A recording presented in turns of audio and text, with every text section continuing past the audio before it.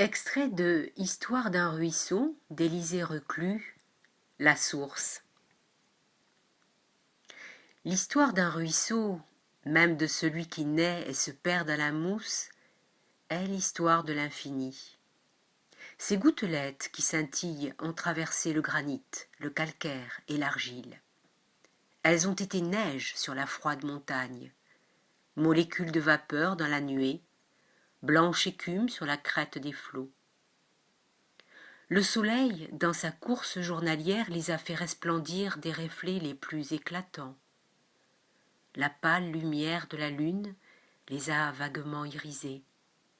La foudre en a fait de l'hydrogène et de l'oxygène. Puis d'un nouveau choc a fait ruisseler en eau ces éléments primitifs. Tous les agents de l'atmosphère et de l'espace, toutes les forces cosmiques ont travaillé de concert à modifier incessamment l'aspect et la position de la gouttelette imperceptible. Elle aussi est un monde comme les astres énormes qui roulent dans les cieux, et son orbite se développe de cycle en cycle par un mouvement sans repos. Toutefois, notre regard n'est point assez vaste pour embrasser dans son ensemble le circuit de la goutte, et nous nous bornons à la suivre dans ses détours et ses chutes, depuis son apparition dans la source jusqu'à son mélange avec l'eau du grand fleuve ou de l'océan. Faibles comme nous le sommes, nous tâchons de mesurer la nature à notre taille.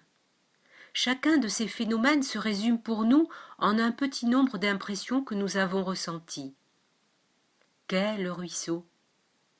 Sinon le site gracieux où nous avons vu son eau s'enfuir sous l'ombre des trembles, où nous avons vu se balancer ses herbes serpentines et frémir les joncs de ses îlots. La berge fleurie, où nous aimions à nous étendre au soleil en rêvant de liberté. Le sentier sinueux qui borde le flot et que nous suivions à pas lents en regardant le fil de l'eau. L'angle du rocher d'où la masse unie plonge en cascade et se brise en écume. La source bouillonnante. Voilà ce qui, dans notre souvenir, est le ruisseau presque tout entier. Le reste se perd dans une brume indistincte.